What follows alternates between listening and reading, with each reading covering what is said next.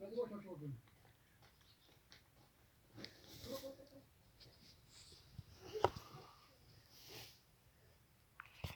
جلود المیتۃ، اس باب میں ذکر کر رہے مردار جانور کا جو چمڑا ہے دباغت سے پہلے اس کا کیا حکم ہے۔ ظاہر سی بات دباغت سے پہلے جائز نہیں ہے، ہاں بعد الدباغ اس کا استعمال درست ہے۔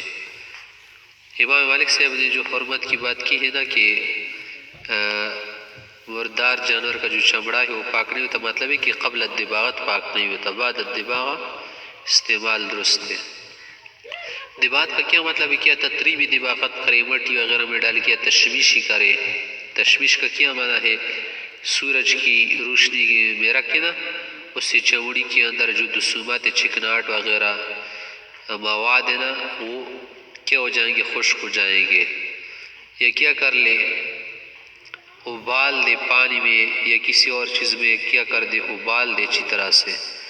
وبه قال حدثنا زهير بن حرب قال حدثنا يعقوب بن إبراهيم قال حدثنا أبيه عن صالح قال حدثني ابن شهاب أن عبيد الله بن عبد الله أخبره أن عبد الله بن عباس رضي الله عنه أخبره أن رسول الله صلى الله عليه وسلم مر بشاة ميتة فقال هل استمتعتم بإهابها۔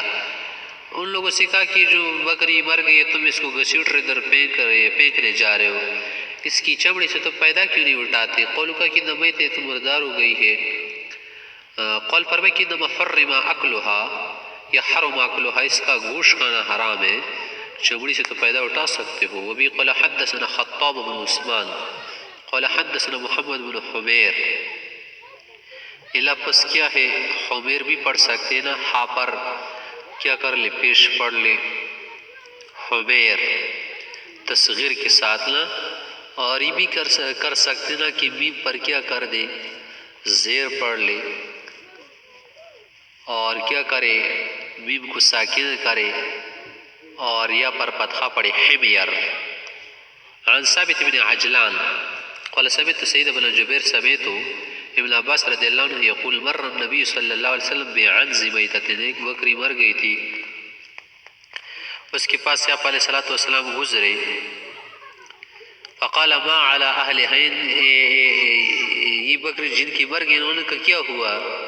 ان پر تو کوئی خرچ نہیں ہے نا، لو انتقوا بہا اگر اس کی چمڑی سے پیدا اٹھاتے دباغت کر کے تو اچھا ہوتا، کیوں خام خام ضائع کر رہے؟ تو یہاں پر جو عنز کا لفظ ہے نا، عنز کسے کہتے ہیں؟ عنز بکری کو کہتے ہیں، ماعزہ بھی کہتے ہیں بکری کو۔ تو عنز شات وغیرہ 30 یہ سب کس کو کہتے ہیں؟ بکریوں کو کہتے ہیں، کوئی مذکر کوئی مؤنث۔ باب المسک، باب مشک کے متعلق، مشک اور ایک عنبر، ایک معروف کیا ہے؟ خوشبو ہے۔ وبی قال حدثنا مسدد قال حدثنا عبد الواحد قال حدثنا عمارة بن القعقاع عن ابي زرعة بن عمرو بن جرير عن ابي هريرة رضي الله تعالى عنه قال قال رسول الله صلى الله عليه وسلم ما من مکلوب یکلم فی اللہ، جو شخص اللہ کے راستے میں زخمی کیا جائے اسے زخم پہنچ جائے، اللہ جائے یوم القیامت وقلبہ یدمع اللون، یدمع قیامت کے دن جب آئے گا نا اس کا یہ جو زخم ہوگا نا خون بارا ہوگا، اس سے خون بہ رہا ہوگا۔ اللون لون دم، خون کا جو رنگ ہوگا تو خون والا ہی سرخ رنگ ہوگا، لیکن والریح ریح مسک، سے جو خوشبو آئے گی نا مشک عنبر کی خوشبو آئے گی۔ وبه قال حدثنا محمد بن العلاء قال حدثنا ابو اسامه عن بريدة عن ابي برده عن ابي موسى رضي الله عنه عن النبي صلى الله عليه وسلم قال مثل الجليس الصالح والسوء، برے ہمنشین اور نیک ہمنشین کا جو دوست ہوتا ہے نا یا اس کے پاس جو بیٹھتا ہے، اس کی مثال اسی کا حامل المسک کی، جسے کسی نے مشک عنبر فروخت کرنا ہو نا تو وہ اس کو حامل مسک کہتے ہیں نا، اس کے ساتھ جب آدمی بیٹھتا ہے نا تو اس کو کیا ملے گا؟ خوشبو ملے گی یا خریدے گا وغیرہ۔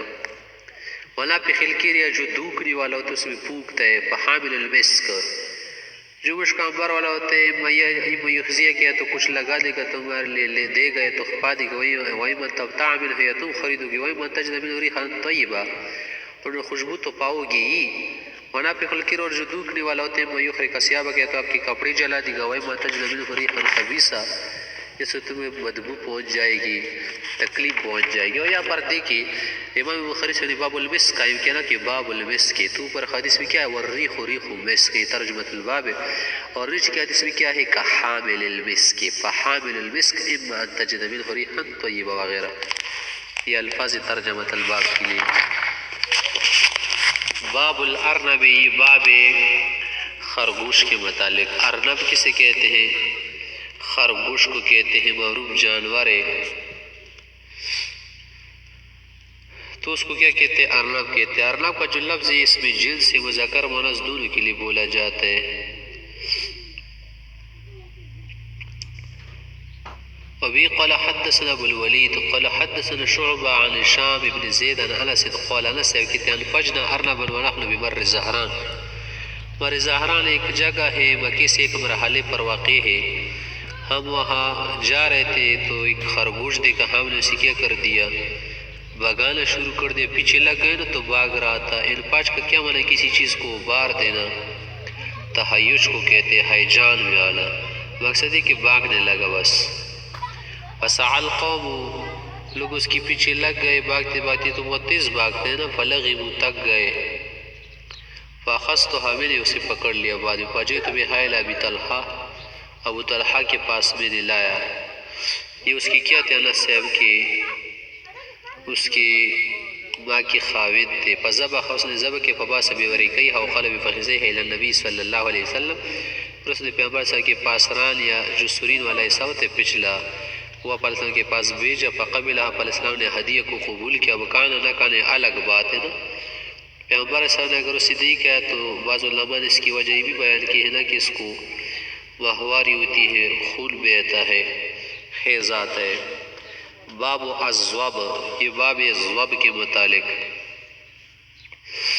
ضب جو ہے نا ضب یہ کس کو کہتے ہیں؟ بجو کو کہتے ہیں. ایک ضبع ضبع اس لفظ میں آخر میں عین نہیں ہے نا وہ ہے ضبع ضاد با عین ضبع. وہ گوہ کو کہتے ہیں. گوہ مکروہ ہے، صرف مکروہ تنزیہی سانڈ اس کو کہتے ہیں. اور ایک لفظ یہاں پر ضب ہے ضب ضاد با مشدد ہے. سسمار کو کہتے ہیں، بجو کو کہتے ہیں. وبه قال حدثنا موسى بن اسماعيل قال حدثنا عبد العزيز بن مسلم قال حدثنا عبد الله بن دينار سمعت ابن عمر قال النبي صلى الله عليه وسلم الضب لست آكله ولو حرمه. تمہیں حرام کی تو انہوں خود کھاتا ہوں، پہلے بھی گزر چکے. وبه قال حدثنا عبد الله بن مسلم عن مالك بن شهاب عن ابي امامة عن ابي امامة بن سهل عن عبد الله بن عباس رضي الله عنه عن خالد بن الوليد انه دخل مع رسول الله صلى الله عليه وسلم بيت ميمونة فأتي بضب مخلوز کو بجو لے گیا جو بونا ہوا تھا. فأهوى إليه رسول الله صلی اللہ علیہ وسلم بیدی آپ اس کی طرف ہاتھ بڑھایا. فقال بعض النساء بعض عورتوں نے کہا کہ اخبروا رسول اللہ صلی اللہ علیہ وسلم بما يريد يأكل. پیغمبر صاحب کو بتاؤ شاید وہ نہیں کھائیں گے. فقالوا کہا گھر والے نے هو ضب یا رسول اللہ وہ بجو ہے. فرفع يده تو ہاتھ پیچھے کر دیا. فقلت حرام نہ ہو یا رسول اللہ. خلیل صاحب کہتے ہیں خالد بن ولید کہ میں نے کہا یا رسول اللہ حرام ہے کیا؟ قال لا حرام تو نہیں ولیکن لم يكن برزق قوم ہمارے علاقے میں نہیں پایا جاتا.